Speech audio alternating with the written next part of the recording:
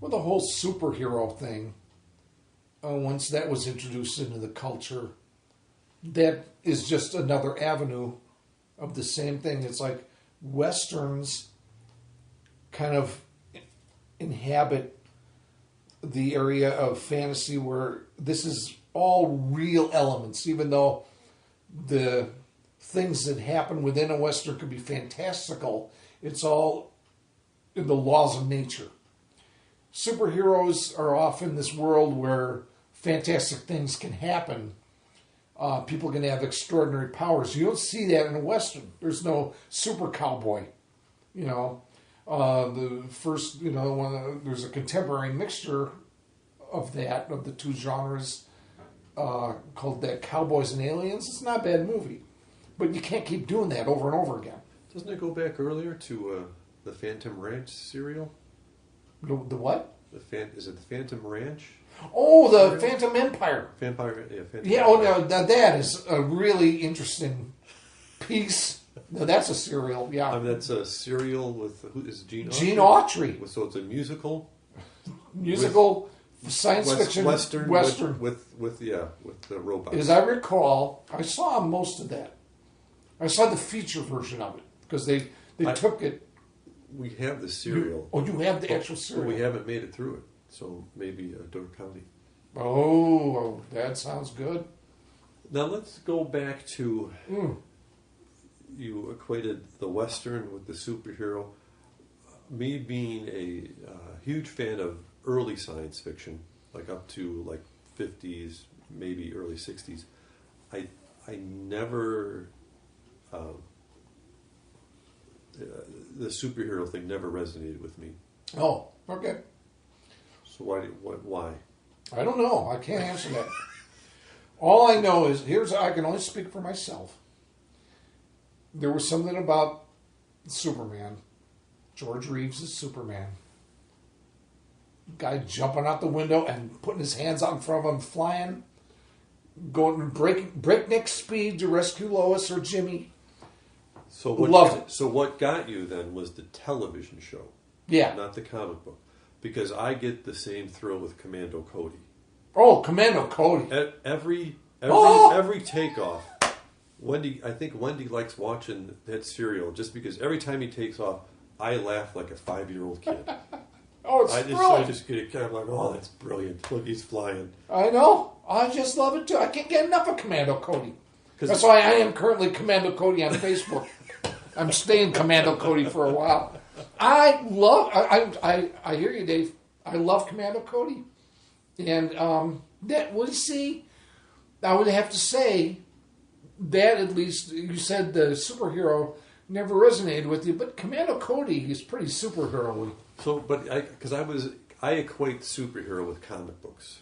Oh, okay. And so I never... Well, maybe you're just not a comic book guy.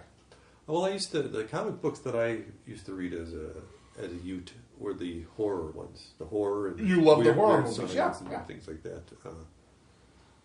I think it's just wherever, it's like whatever influences you, whatever clicks with you.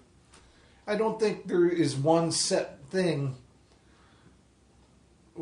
that's going to work for everybody. So, keeping with the superhero, do you read Superman comic books?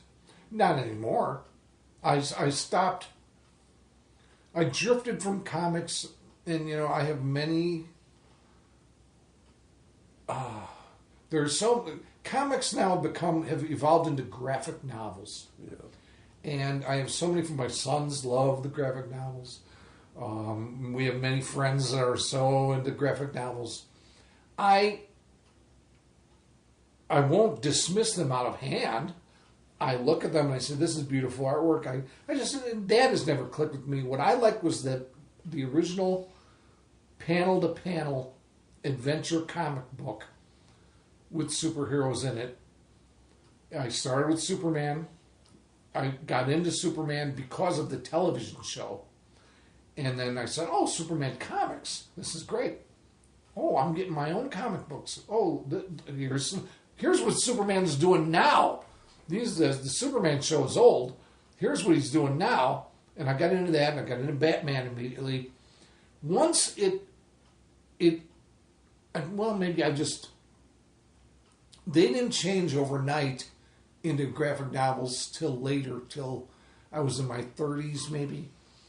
But I had already left it. I think you just matured out of like comics. In order to keep their adult audience, had to become graphic novels. They couldn't stay panel to panel comic book adventures anymore. But they'd already lost me. You know, I grew out of them. But I still have as many as I could save from my mother's throwing away hands. I saved a bunch of them from when I was a kid, and I still have them. And they're valuable to me, emotionally. I remember the transition when they were becoming graphic novels. And I had already, stopped buying them. But when I saw these graphic novels, and they were still being called comic books, I'm like, I remember having the thought, like, this isn't a comic book. Where's the Johnson novelty ad? Because that was as much as part of it. I absorbed that just as much as the letters story. To the editor. Yeah. And in issue so and so, you had Green Lantern. And I used to read those, and I'm thinking, these are made up. These, as a kid, I thought, that people really aren't writing these things in, are they? Yeah, I didn't know what to make of it, but it was a wonderful world. It was a wonderful. Yeah, it was that the whole thing of that was an escape. Yeah. That it made me think, like, that's not a real person writing that letter, and that part of that, I guess, that charm of from the comic book to the graphic novel was lost on me, because it wasn't just the story and the artwork that I was deriving entertainment from. Yeah, you need to make money selling grit. X-ray specs. X-ray specs. Ice cubes that flies. Yeah. And there was a rocket ship. Oh, I'll never forget. One time, I remember seeing this thing advertised. It was your own spaceship. You could send for your own spaceship, and it would show kids inside a spaceship. It was all drawn, all line drawings, no photographs. And this huge spaceship. It looked like the shape of a spaceship from the old Flash Gordon serial, or Commando Cody. Yeah. Very similar. They're very similar spaceships. And there were these kids inside, and you could see out through a porthole and through a window of outer space. And it was some ridiculous price, like only $9.95, Well, I was over visiting my cousin Eddie and Tommy, and Pammy, actually, but she was too little. She was just a baby at the time. And I don't think my cousin Lori was born yet. But, so Pammy, I don't know if you'll remember this story or not, but Tommy he might listen to this episode. I remember, this was like when I felt so bad for Tommy. I think his mom said something like, "Hey, Tommy, I think your spaceship came." He ordered it. Mm-hmm. The spaceship that was advertised in the back of comics. He went tearing through the house like, my spaceship's here, my spaceship's here. And she handed him this big tube. And he goes, I could just remember the look on his face, like, what? How could it?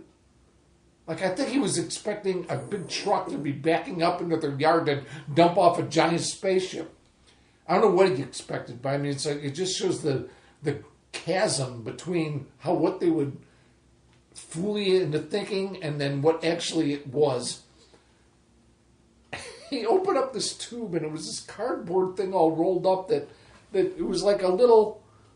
It rolled out into, like, it had the graphics of a spaceship and stars and little portholes on the outside, and you just, like, put a little chair in the middle of it and sat and pretend you were in a spaceship. It really was no bigger than this couch. It was smaller than half this couch. And I just remember him thinking, like, son of a bitch. Like, I don't think he said that. It's like, yeah, you know what? Better to look at those things and fantasize about getting them than to actually send for one, than to bite, than to let them hook you. They got me once as a kid. What was it? Because I used to read all the horror ones, the Witching Hour and Tales of Terror and Tales from the Crypt. It was Johnson, right? Novelty Company? Uh-huh. you could buy a ghost that looked real. You know, A what? A ghost. A ghost. Ghost. You know, and of course it was the drawing of this, like, you know, ethereal ghost floating through the trees. So, heck yeah, 98 cents, that's mine. That ghost is mine. This sounds. I may have seen this. So when the ghost arrived, it consisted of a white balloon that you inflated and a plastic sheet that you put over it. That was it. Well, sounds very much like the I spaceship. think I had a similar reaction that cousin Tommy did. I'm like, what? This is a balloon and a plastic sheet. This is Well, not a you know, ghost. It's like that moment in the Christmas Story. What's his name? Gene Shepard's Christmas Story, where Ralphie is sending away for the Little Orphan Annie decoder ring, and because every week they put out at the end of the show they put out a code, and only people that own this decoder ring get to find out what Little Orphan Annie is trying to say to you. She needs your help. And so he gets this thing, and he writes down all the numbers, and he goes into the bathroom, locks himself in the bathroom, gets his decoder ring, which just came in the mail that day, and the message is, don't forget to drink your Ovaltine. He goes, I think the kid just goes like, son of a bitch. Just a commercial. Just a commercial. A lousy commercial. That's all. You know, but you know, if you could insulate yourself from that, I mean, there's a great Gaian Wilson cartoon. He used to, in the National Lampoon magazine, he used to have a monthly. Are you familiar with Gaian Wilson? I don't know. Very bizarre cartoonist. I'll lend you a book of his. He used to do this monthly strip called Nuts. And, I think it was Nuts, and it showed a picture of acorns. But it was about this kid. He just called him the kid. And he send for your German U-boat. And he's imagining this giant German U-boat, very much like your Ghost or Tommy's spaceship. And it comes in the mail. It's just this little box. It's a little model kit, and he's trying to glue it together. And he's saying stuff like, "Oh, son of a bitch," and like stuff. The glue is sticking to his fingers, and it's just this tiny little thing. And he just says something like, "Well, I guess that's it." And he draws in the panel that the German U-boat in his fantasy is sailing away, and the boat is saying, "So long, kid." Yeah. It's right. like, yeah, it's a moment of maturing, right. Yeah, you know, where it's like, if I listen to that damn adult world, this is all I get. So, if we are to come full circle with this one, I think what this is just what I'm making out of this, is the attraction to the B-movie Western and other things is just the escapism. Yeah, In the film. it's a flight of fancy, which we all need. Right. Which is, I think we've probably discussed this too, which is why I lean towards those type of movies and shows. You know, I don't want to watch dramas and melodramas and We've recently talked about that too. and you know, true stories about, you know, bad things that happen to people. You don't need to. We've all experienced enough of that. We don't want our entertainment hours, invested in that. I need to live in a world, at least in my head, where the hero always grabs onto the harness of the out-of-control horses just as it gets to the cliff's edge, and he saves the passed-out lady in the back of the wagon from going over the cliff. I don't want to live in a world where she goes over the cliff. Right. Yeah. Yeah.